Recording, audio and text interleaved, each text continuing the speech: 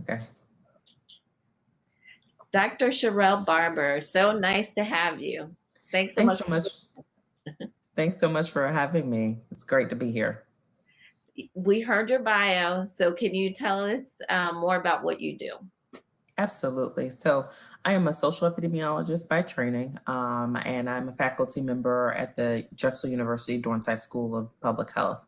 I describe my research as being at the intersection of place, race, and health, really examining how structural racism literally gets embedded into the brick and mortar of our cities and the social fabric of our cities, and shapes racial health outcomes, particularly for Black Americans.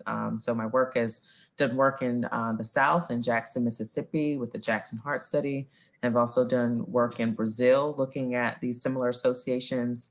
And more recently during the pandemic, have done some work locally here in Philadelphia, really documenting the inequities in both cases and deaths from COVID-19 in some of the most segregated communities here in the city. And you mentioned Jackson. Have you been keeping up with the water situation there lately?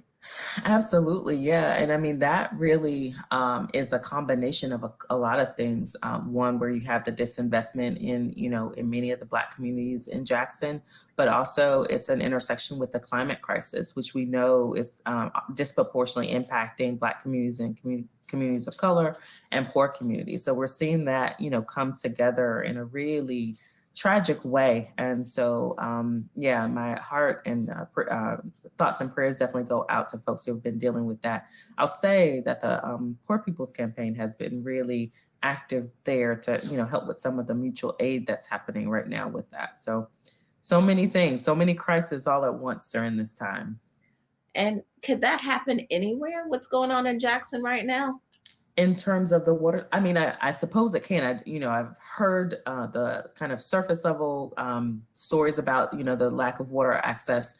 Not sure what the kind of historical roots of that, but I can imagine that that can happen, anywhere. Just look at what, Flint was a different kind of issue. But again, these issues are going to continue to arise. And I know, at least from what I hear, this came about because of some of the really bad storms they've had recently. So, again, it's what we're saying. It's what we saw. It's manifestations of the climate crisis. What we saw in Texas. With that just a few weeks ago. So all of these things are happening, and in ways that scientists have actually predicted. And we're really in the middle of some challenging times ahead, which is why a focus on equity, a focus on the historical legacies of racism and how we got here are so important as we think about how to move forward and make sure that communities are resilient during these crises. Speaking of crises, and you mentioned COVID-19, how are we doing with that with the new administration? Right. So, COVID-19 has been definitely a crisis. We are now a little over 1 year since the former administration declared a state of emergency. However, as I've said many, many times, and other colleagues in public health, that past administration really did a horrible job managing the pandemic, borderline criminal, if you will. And in fact, the New England Journal of Medicine really called out that the Trump administration in a scathing critique, basically saying that this crisis that we were in, that we could not have avoided, was turned into a tragedy because of the lack of leadership, not believing in science, downplaying the risk, literally spewing lies and misinformation to the public, which really has accounted for, a large proportion of what we've seen in terms of the pandemic's toll, and has also exacerbated the inequities. So this current administration, the Biden-Harris administration, is definitely refreshing. Those of us in the public health community are relieved that at least we have individuals who are listening to science, following science, using data to make decisions, and really have hired and appointed individuals who are taking an equity lens when thinking about these issues. And so that is absolutely refreshing, and hoping that that will help to turn the tide in this pandemic. Yeah, a lot of people don't realize, they know the devastating numbers in the US, hundreds of thousands of people, and they think that that's what's going on in the rest of the world. Can you Mhm. talk a little bit about the difference in the numbers in the US as opposed to other countries? I know, like, Canada, their numbers like 10,000. I'm not sure. It's in the Right. thousands rather than hundreds of thousands, and same with China. Right, absolutely. So what I can say to that is, for example, we're at over 500,000 deaths. That's over approximately 20% of the deaths worldwide. Although we don't, we disproportionate deaths here in the United States. And by and large, that many of the differences are because of the responses that different countries have had at the very onset of the pandemic. Again, the recklessness, the carelessness of the past administration meant that we did not set up the systems and necessary prevention strategies in order to prevent the transmission of the disease early on in the pandemic. Really had lacked a coordinated response across the states, and so that's why we're seeing why we've seen such devastating numbers. But places like, for example, South Korea have had a very different response. Also in New Zealand had a very different response. Really took things seriously, used proven public health strategies, data to guide their decisions, and have been monitoring in a really coordinated way and using sophisticated surveillance systems to make sure that we could keep the transmission under control. And so here we didn't have the response, but also want to recognize that there were pre-existing inequities that have also caused us to have a much worse response in other places. And these pre-existing, inequities not only impacted the most marginalized groups in our society, but everyone. Because with the pandemic, what we found, if everyone's not safe, then no one's safe. And the extent to which we didn't focus on equity meant that the disease was able to be transmitted. And we've just had so many other breakdowns. And again, not just in this moment, but before, disinvestment in the public health infrastructure of our country, the ways in which our healthcare system is very tiered and fragmented and leaves millions of people without access to healthcare, racial residential segregation, the differential treatment of our essential workers and the ways in which they were literally early on in some ways the most exposed but the least protected, and we did not protect our essential workers. So all of that has come together in this moment to produce this perfect storm of a crisis that we'll really need to be grappling with how we avoid this in the next crisis that we have like this. I wanted to talk a little bit about variants. Mhm. I don't think people realize also the difference in what can happen with the variant mutation of the disease. Can you Yeah. talk a bit about that? Absolutely. So I'll just say that there's several variants that are circulating currently. And that, in fact, there's data recently that said that some of these more variants that are more transmissible, meaning they are easier to spread, are going to become dominant here in the United States soon. And there's one study that just came out that suggests that one of the variants has a higher fatality rate, so deadlier as well. And so, again, that means we need to stay on guard, that we can't, let our guard down, especially since, the variants have found more efficient ways to transmit between individuals. And so it just means that we need to continue with the public health measures that we have put in place, wearing masks in public, avoiding large crowds, especially indoors. Really a lot of public health folks are saying, and the CDC director said this, that the relaxing of restrictions that is happening across many states is actually premature, that we're really not out of the woods just yet. And with these variants increasing and becoming dominant, in fact, we could lose the ground that we've gained in the last few weeks in terms of the decline in cases and deaths, and actually see a spike, if we don't continue to, adhere to the recommendations. And so it's just Another, thing that we need to be mindful of, and just know that we're not out of this. We're still very much in the pandemic, and even as vaccines that are accelerated and more people become eligible to be vaccinated, we still have a long ways to go before we are out of the woods. So.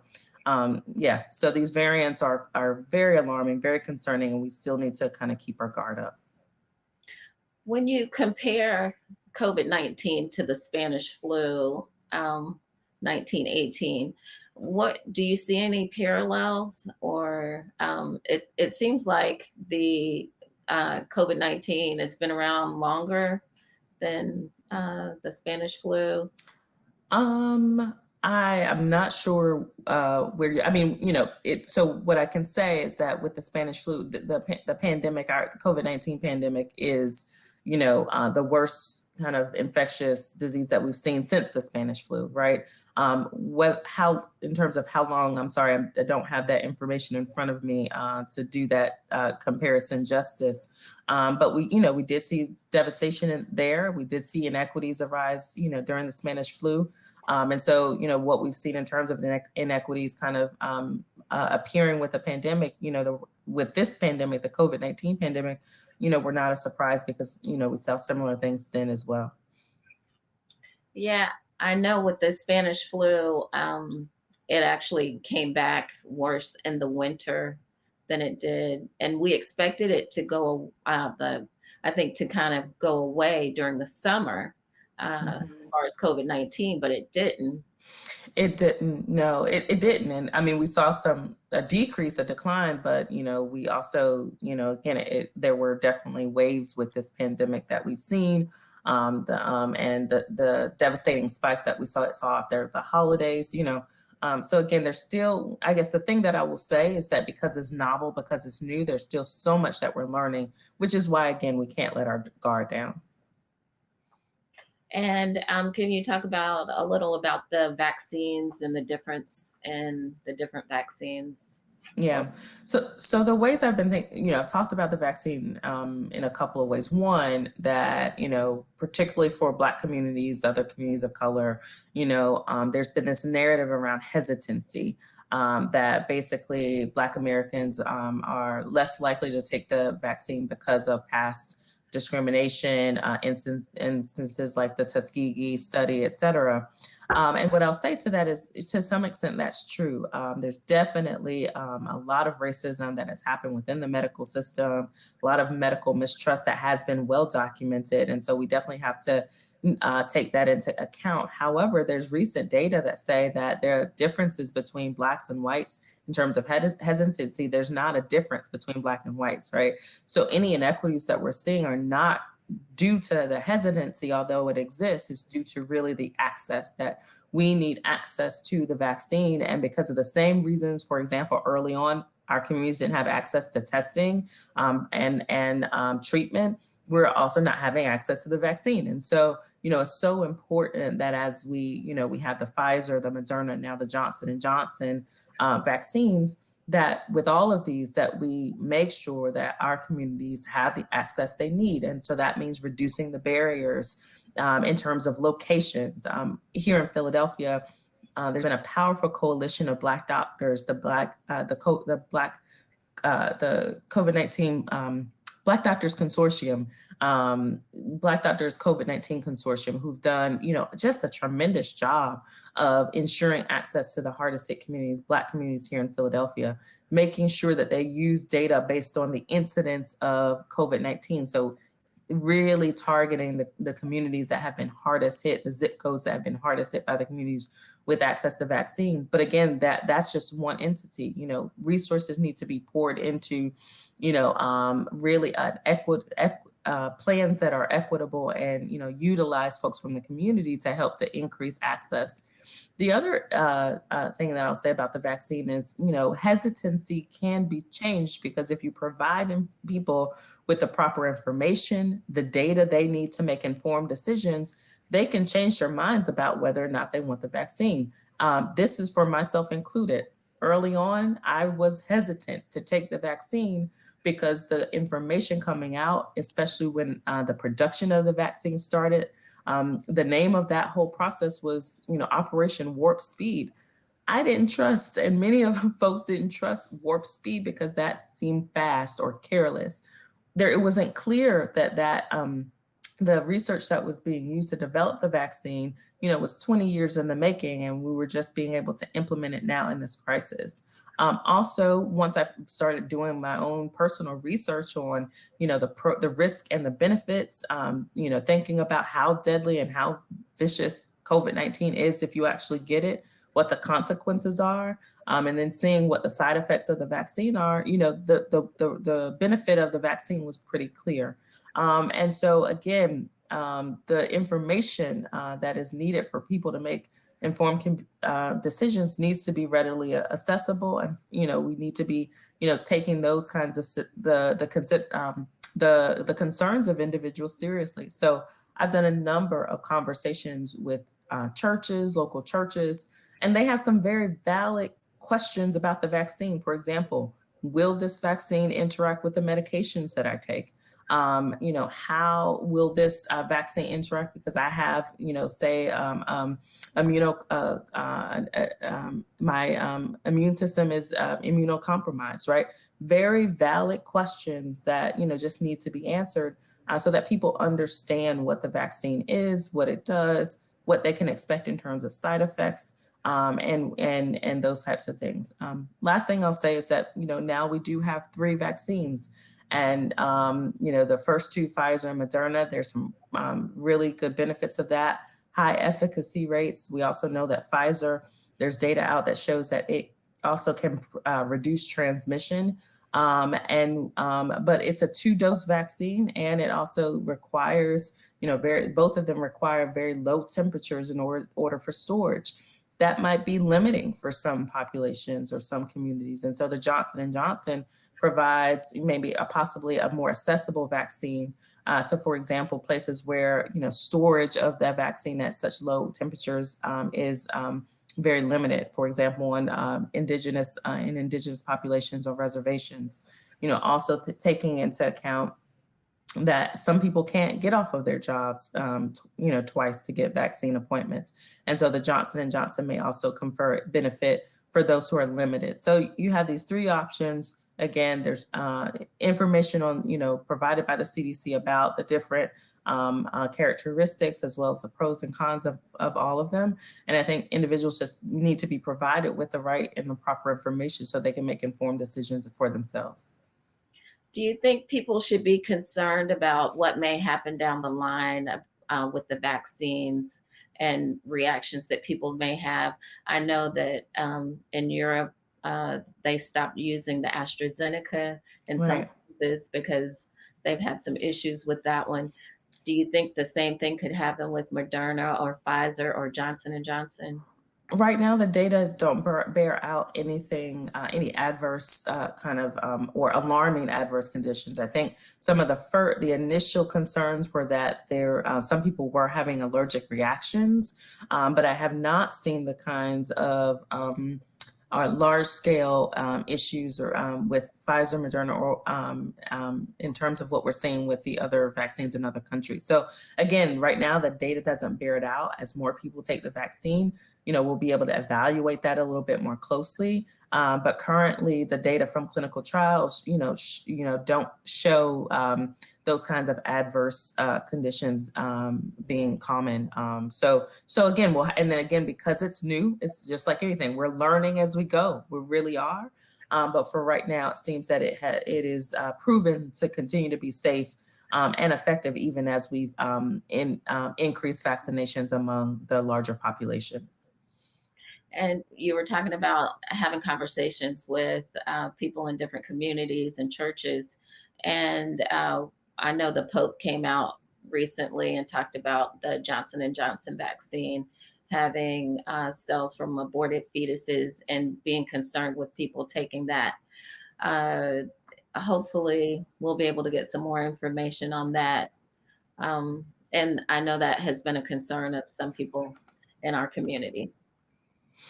Right. So I actually had not heard that just yet. So but I'm sure So yes, I think that is something that people would have to take, under consideration for themselves and how they make, their decisions about which one they want to take. I also wanted to ask you, for young people watching who may be interested in a career in epidemiology, and more specifically social epidemiology, because it is you don't hear a whole lot of that. And what advice can you give them? So my introduction, I'll just say I'm a proud graduate of Bennett College, a historically Black college for women. And it really provided me with so many different opportunities to be exposed to different career paths. And so I was exposed to public health, as an undergraduate, participating in a summer program at Harvard University that was a program designed to expose those who have been historically marginalized in these fields, expose them to the field of epidemiology, to public health, et cetera. And so, really what I would say to young folks is, take advantage of your summers. Do summer programs and internships to really be able to get the kind of exposure and experiences that help you to identify, what you want to do. And for me, that summer experience showed me how you can think about these broader social factors, what we call the social and structural determinants of health. And really think about how that shapes racial inequities. And for me, that was so consistent with one, my love of science, my love of from a very young age, but also my love for social justice and my commitment to social justice. And so I'm able through this work as a social epidemiologist to really marry the two in a really powerful way, and to bring in history, bring in sociology to our understanding of these racial inequities that have emerged with the pandemic, but have emerged with just about every leading cause of death here in the United States. And so being able to articulate that, create a narrative around that, and push us to do the policy actions that undo the harms that these inequitable systems have created. I would just encourage you all to explore and really be proactive in thinking about the kinds of career. It's so funny now, everyone knows what an epidemiologist is past this pandemic, and there's definitely opportunities to continue to explore that if that's something of interest to you. Well, thank you so much for all of that valuable information. It's really helpful. So many people are concerned with everything that's going on, and I'm sure you eased a lot of people's minds. Hopefully, you can join us later for some questions, maybe later on in the week. Uh, Hopefully so. We'll see. We'll see after I get the vaccine tomorrow. So there's some side effects. So we'll see, hopefully. right. But thank you so much for the invitation to be a part of this conversation. Okay, thank you. It is Clayton Jeter, Dr. Helen Clayton-Jeter. So happy to have you. Oh, thank you. And Dr. Helene is enough.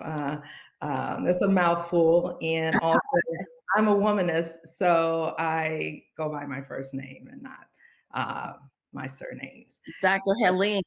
Yes, Dr. Helene. All right.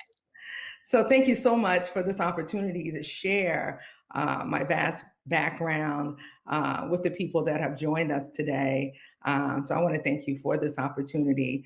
I also want to, if you don't mind, I know you probably have questions lined up, but I did see the comment in the comment section, and I can add my 2 cents as you wait for your other guests to respond to that if you like, Angela. Sure. If you can go right ahead. Okay, so the question basically was about how the pandemic has affected Black women, and I want to start out by saying, beyond the exacerbated chronic medical health issues that Black women have to deal with anyway on a regular basis, I think that the acute mental health of Black women is what's been disproportionately affected by this pandemic. And, the reasons are pretty obvious, given that women are typically the CEO of their households, and whether that household consists of young children, adult children, parents, partners, spouses. That's a lot of responsibility. Then we pile on all the changes that have occurred over the last year with the loss of jobs, a loss of hours, the loss of homes, the loss of the social interaction, which I think is a primary leader in causing a lot of the mental health issues. I can speak personally. It's been over a year since I've touched my daughter, who lives in Colorado. So it's a lot. It's a lot emotionally, and all of that, all those stressors affect us, our health. So I wanted to give a comment on that. Thank you so much. I have been blessed to be able to have my daughter here with me. Um, Her job told her that she could work from home, so she was able to fly to be with me during the pandemic. So Yeah. I can imagine how difficult it is for other people, and I would encourage people to check on people who live alone, younger people. Really, we just have to check in with everybody. And right now, the best we can do is, I guess, virtually as much as we can. Mhm. We've also seen people having drive-by birthday parties. That's been really interesting to see. And some of the teachers have Yeah. gone by to see their students, which has been great, but that's really important. And I know you wanted to talk about some of your passions today, some of the things that you're working on to help the community. I lost your audio. Okay. Um, well, yeah, that was my driver. But I think your former guest, epidemiologist, she really sparked a lot of interest and conversations. And I really want to probably start where she left off because we both are public health. Have public health backgrounds. I spent 10 years in the commissioner's office at the FDA, where I got to navigate that agency and work a lot with epidemiologists and other scientists. And I wanted to start off with where you left off with her. You talked about careers in epidemiology in the public health field. And I think she gave an exhaustive answer and a complete answer. And the only thing I wanted to add to her comments were, when you're looking at public health, there are a lot of things to look at in addition to the social determinants of health. There are political determinants of health, and that's where the policy comes out. And I think that's just as important, or even more important than social movements, because without policy changes, without legislation, things just change too slowly, and a lot of times things just don't change. So I definitely wanted to comment on that. And then she also talked about the vaccine. You guys spent, some time talking about hesitancy. You talked about the removal of AstraZeneca from the market in the EU. And I wanted to add to that, given my regulatory background, that of course everyone knows that as the AstraZeneca's vaccine was not approved in the US. And I wanted to inform and educate about that, and give a little distinction between the EU and the US, which is the FDA here. The FDA, we make sure that all medical products are safe and effective. The EU, in your clinical studies, in your clinical trials, they only have to prove safety. So that's a big difference. And the AstraZeneca vaccine was not approved here.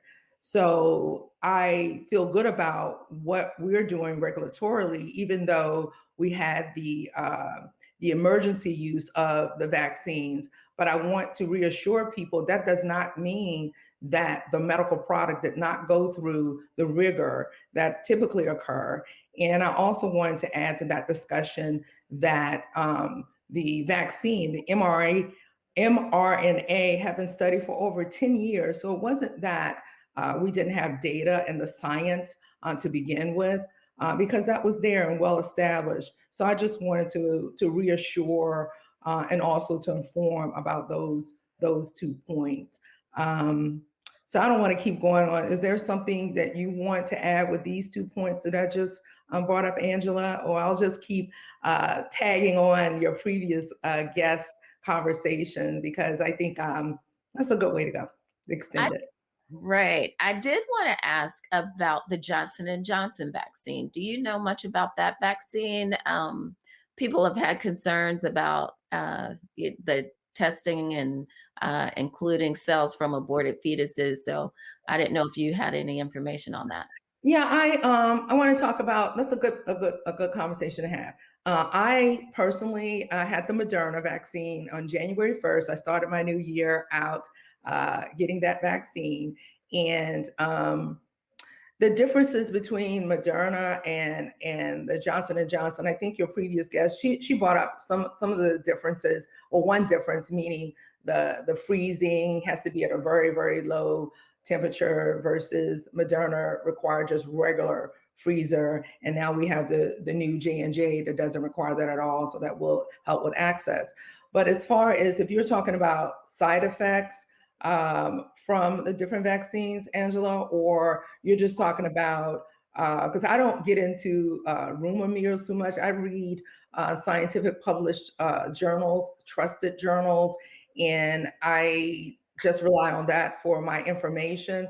So I'm not as familiar with, maybe that was in the media, with the usage of fetal tissue or that in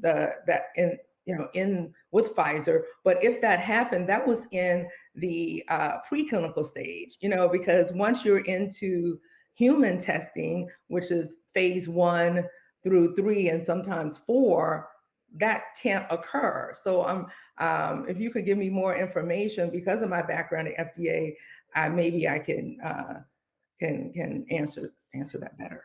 Yes, there was a great deal in the media recently. The Pope actually put out a letter and said that he didn't think Catholics should take that vaccine because it included the actual cells, not just testing.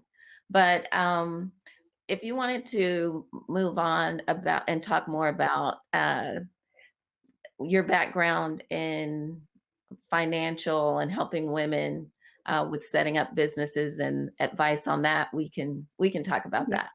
All right, that's a good segue.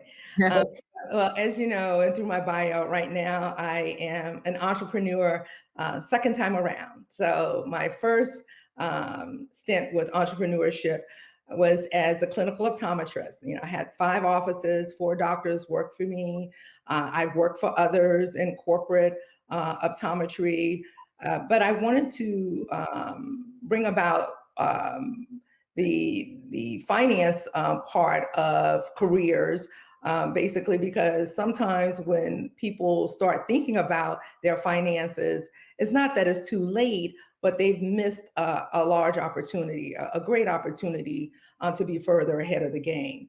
As I mentioned, I had 5 offices and 4 doctors working for me. And that's when I first came out of optometry school. So I was still paying my student loans, and I was feeling like I don't have the money yet.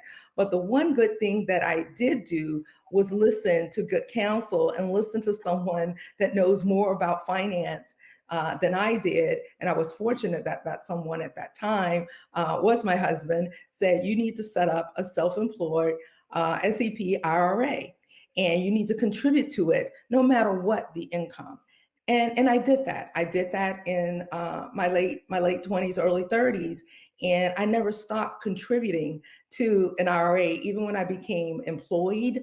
Again, I made sure that I took full advantage of all the programs that any of my employers offered for savings. And so I would like to encourage everyone to start saving early and do it on a consistent basis, because 10, 20, 15 years will go by so fast. And before you know it, you'll look at your savings and your retirement, and you'll wonder, well, where did all the time go, and how can I get there now? And it'll be a lot harder as you start later. So that was the one point I wanted to make about finances and financial security, I guess. That's some great information. And we always try to encourage people to be entrepreneurs. And even if you have a job, I always say be the CEO of you. So even on a job, you can be a CEO. Your career, you're in charge of it always. So you make decisions that are best for you and your company, that's yourself. So thank you so much for that information. We had a couple of audience questions. Okay. And while you get those, I want to add to what you were just saying. Being the CEO of you, kind of like we can talk more about. I feel like I've had 4 careers, and people like Helene, you're an entrepreneur at heart. How did you work with the federal government and a large bureaucracy for 10 years? And how I was able to do it, Angela, is exactly what you said. I was a corepreneur. I was that entrepreneur within that structure, within that culture. I had the ability to be innovative and to come up with projects and lead programs that not only were interests because of my educational background and all those things, but just personal interests like with health equity, health disparities. So I want to encourage women that even though you may be working for someone, take advantage of that moment to always be working for yourself, work for you. That is great advice. And we're going to talk more about business ownership Mhm. on tomorrow. Yeah, Yeah, yeah, on the yeah. financial panel. So Mhm. we have all kinds of great information about that for people who are interested in starting businesses, having businesses. We actually have information about loans for people. There's an organization that'll be on tomorrow that does provide funding for businesses. And they can also speak to some of the funding that's available. Did you have any more information about some of the organizations that you're involved with currently? Like we can talk about the task force at Morehouse College, in Morehouse Medical School, and that task force, headed by Daniel Dawes, who's over the Satcher Institute, came out of funding from Google. They also got some funding from HHS, but it was to come up with a database basically to give more than just race information on COVID-19, the epidemiology of the communities that are disproportionately affected by COVID-19. We wanted to look at and be able to see all that on a level that can help us to make sure resources go into the right area. So I'm on their policy advisory board, and we meet and we give advice about what we're seeing in our state. So I comment a lot about what's happening in the Commonwealth of Virginia and how they are attacking COVID-19 and the vaccines, the good and the bad. And there are people from all other states that do the same thing. And so we come together to come up with solutions that we can help, that will help the nation. My other positions, in leadership, whether it's on the board of optometry, board of health professions, everything that I do is through an equity lens. So no matter what I serve, what I'm doing, everything is through that equity lens, because that's a passion of mine, even as a clinician. As you heard in my bio, I volunteer at a safety net clinic. Why? Because I think that's important. And I think people of color needs to see people like me in the medical profession and actually volunteering their time and their care. So those are just a couple of things that I wanted to mention. And then I also, as far as COVID-19, we can go back to that subject because I think your prior panelists had a lot of discussions through about that, how it's being handled and the different players that are doing things in the health equity space, like the Poor People's Campaign. I'm a follower of the Poor People's Campaign. My church, the Episcopal Church, definitely is a supporter of the Poor People's Campaign.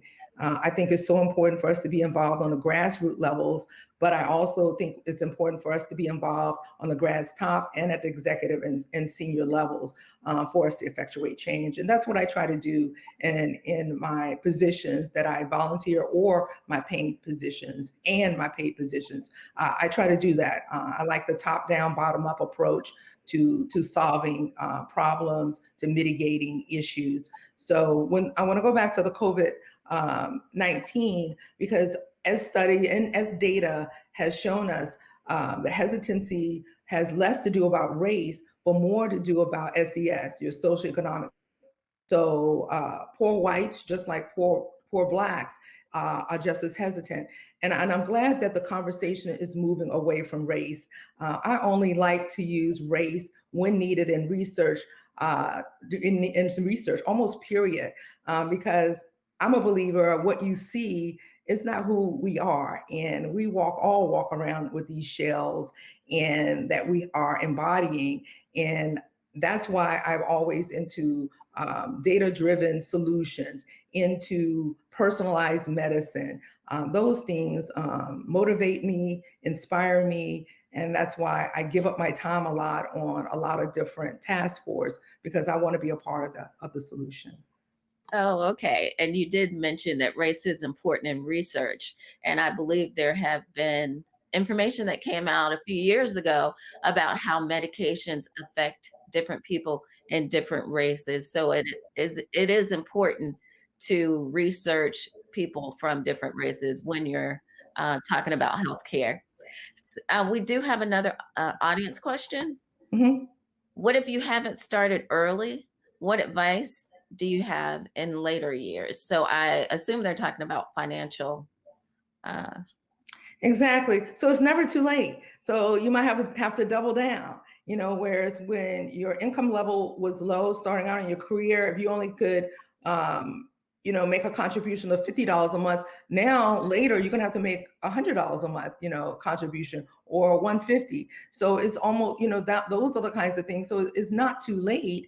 And typically, as we're further along in our careers, we do have more money to save. So I think that is beautiful. You can start now, start today.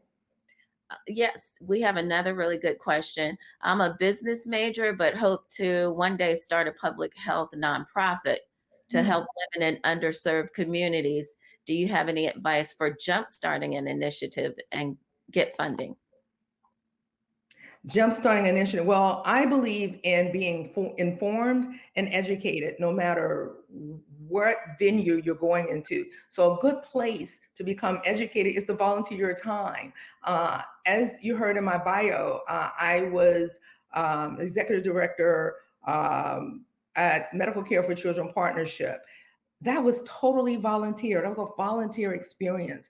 I just joined them because I believed in their mission, raising money for children of the working poor. And I learned so much just by attending the meetings, socializing with people there. And they also provided inspiration.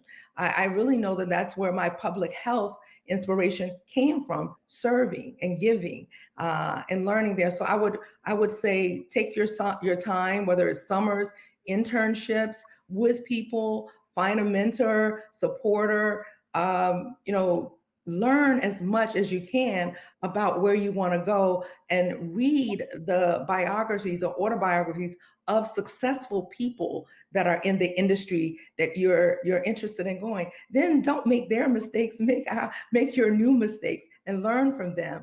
And this is a great segue to the book that I recently was on a virtual book tour as a contributing author to The 9%. That's the title of our book. And it's a combination of 15 Black women from all over the world, really, because the primary author, she's in Qatar, but I met her when she was stateside. And we gave our stories about our ascent to senior leadership. In my chapter, I really revealed things that I had never revealed before, but I thought it was very important foundationally to hit on things like our communities, whether it's your immediate family, whether it's your teachers, your doctors, whoever that's in your social circles, your professional circles, your family circles, they provide a foundation for you. Then I also talked about just some other things that happened along the way. Some of those trials actually were opportunities. And all of us told our stories from different perspectives, and we left pearls for women. And our target audience were middle management or early career women. But I found that a lot of my peers who purchased the book, they were like, unbelievable. I wish someone had, given me this book a lot sooner. But even myself on the virtual tour, I've learned a lot from the other women. So keep learning, keep engaging. And then if you want to talk offline and send me an email and connect with me on LinkedIn, I will be glad to introduce you to startup firms, PEs, legal help, whatever I can do, I'll be glad to extend that to you. So we did put your LinkedIn information in the chat, and that was great advice about volunteering. My first job out of, well, I was still in high school, was volunteering for the Red Cross, and I've been volunteering ever since. So, and it does give you great experience that you can use to actually find a job or to create a business. So tomorrow we will be talking about more about finances and minding your finances. That's the name of the panel tomorrow. And that's really all we have time for today. But thank you so much Thank for you. today. Oh, thank you so much. It's been a pleasure. All right. And thank you to Centera, Optima Health, and Virginia Premier for sponsorship.